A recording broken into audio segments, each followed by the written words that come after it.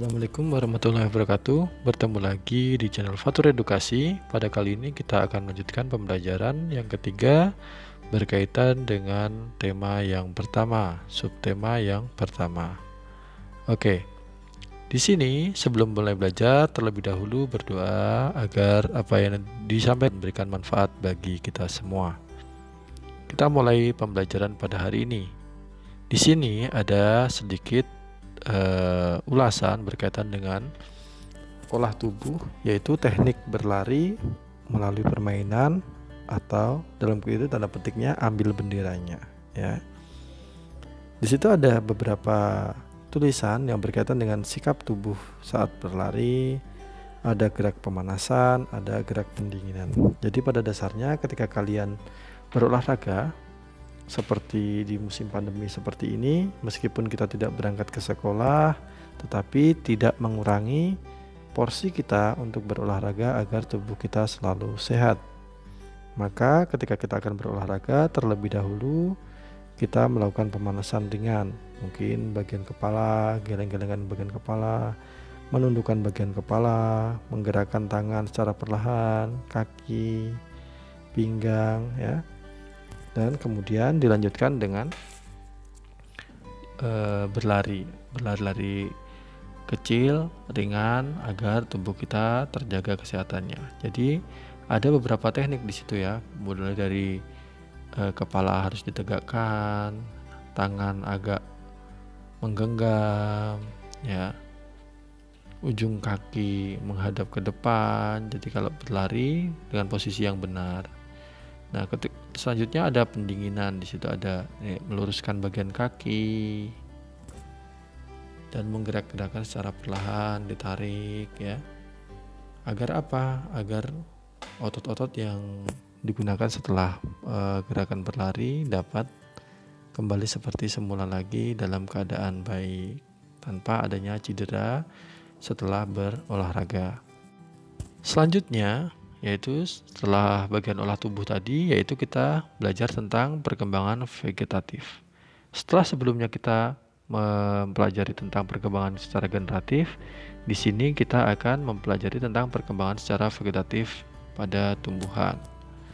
Nah, vegetatif itu adalah perkembangbiakan yang secara alami juga ada dan juga ada yang secara buatan. Jadi dibagi dua ya, berdasarkan pengertian tentang perkembangan vegetatif itu sendiri.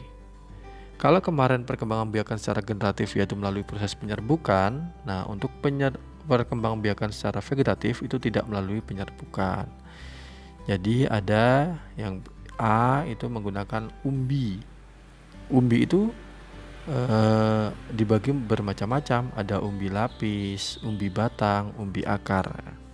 Umbi lapis itu bisa dilihat dari seperti halnya bawang merah. Di situ ketika kita potong secara melintang maka akan terlihat garis-garis yang berlapis-lapis pada bagian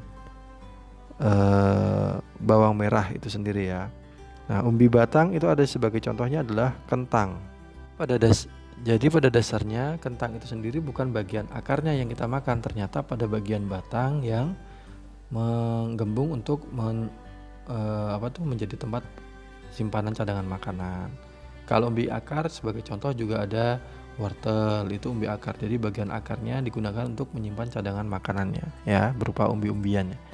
Jadi biasanya kalau umbi berkembang biak dengan cara umbi ini sendiri, ketika bagian umbinya itu dipotong tanpa ada daun, ketika kita tanam bisa kembali hidup kembali ya. Selanjutnya bagian B adalah geragia atau stolon. Batang yang merambat di atas atau di bawah tanah, contoh seperti pegagan, stroberi, arbei, semanggi, dan rumput teki, itu bisa tumbuhan baru. Jadi meskipun kita pada bagian batang itu kita potong, ketika di bagian ujungnya sudah sudah ada akar dan daunnya, maka dia akan tumbuh menjadi tumbuhan yang baru. Sebagai contoh adalah rumput yang mungkin kita sering jumpai di sekitar kita. Yang C adalah akar tinggal atau rizoma. Akar tinggal adalah batang yang terdapat di dalam tanah, contohnya seperti jahe, kunyit, temulawak, lengkuas, dan kencur. Perkembangbiakan secara vegetatif alami selanjutnya yaitu seperti spora. Nah, pada bagian bawah jamur itu biasanya ada seperti serbuk putih ya. Nah, itu ternyata sebagai alat perkembangbiakan pada tumbuhan tersebut, atau di situ ada contoh lain adalah tumbuhan paku, lumut, dan jamur ya. Tumbuhan paku, lumut seperti pakis. Itu di bagian bawahnya itu biasanya terdapat bintik-bintik kecil yang ternyata itu sebagai salah satu alat untuk perkembangbiakan vegetatif alami pada tumbuhan tersebut. Nah, selanjutnya ada tunas. Tunas ini biasanya ada dibagi menjadi beberapa ya. Tunas adalah tumbuhan anakan yang muncul di samping induknya. Contohnya seperti misalnya kita lihat adalah pisang, bambu ya, tebu ya. Untuk selanjutnya yaitu pada cocor bebek, tumbuhan itu juga berkembang biak dengan cara bertunas, tapi bukan tunas seperti halnya yang lain, yaitu dinamakan dengan tunas adventif. Karena dia berkembang biak melalui tunas yang berada pada bagian gerigi daunnya ketika kita amati ya. Selanjutnya setelah kita belajar berkaitan dengan tadi perkembangbiakan secara vegetatif alami, maka ada yang kedua yaitu perkembangan vegetatif secara buatan. Yang pertama adalah stek. Stek ini biasanya kita ambil contoh ketika menanam pohon singkong, itu mudah ya. Yang bagian B adalah mencangkok. Nah, ketika kita mencangkok ini sendiri biasanya harus memperhatikan beberapa hal. Biasanya tumbuhan berkambium, berakar tunggang ya, bukan berakar serabut. Karena kalau berakar serabut itu biasanya tidak bercabang. Sebagai contoh pohon kelapa itu tidak bercabang ya. Pohon bambu itu berakar serabut, bukan berakar tunggang. Kalau berakar tunggang itu seperti misalnya rambutan, jeruk, buah-buahan banyak ya di sekeliling kita, mangga, terus ada kelengkeng. Nah, itu sebagai contoh lanjutan.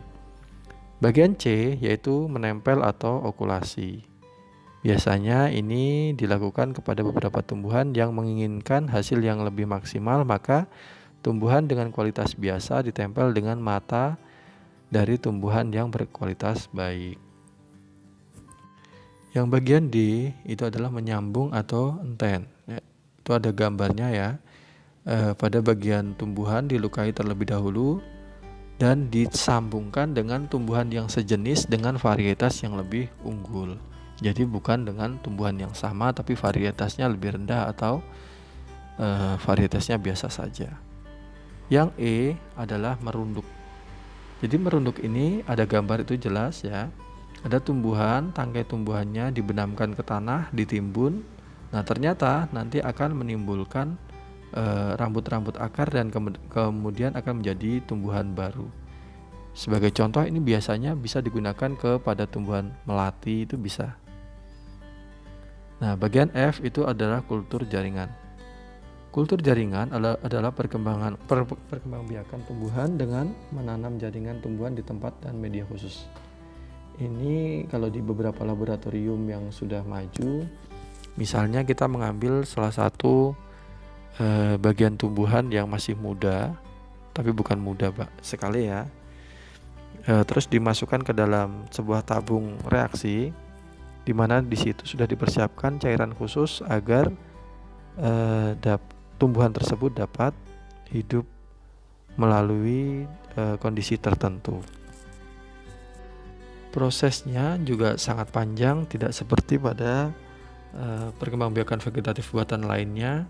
Dan ini perlu berulang-ulang ya. Jadi alatnya harus steril, prosesnya harus benar.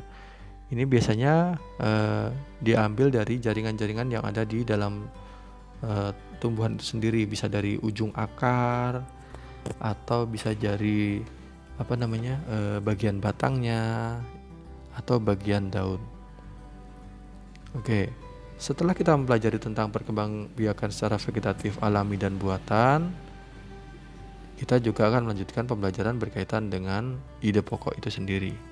Pada pembelajaran sebelumnya di kelas 5 kita sudah banyak mengulas tentang ide pokok dalam sebuah cerita atau dalam sebuah teks laporan.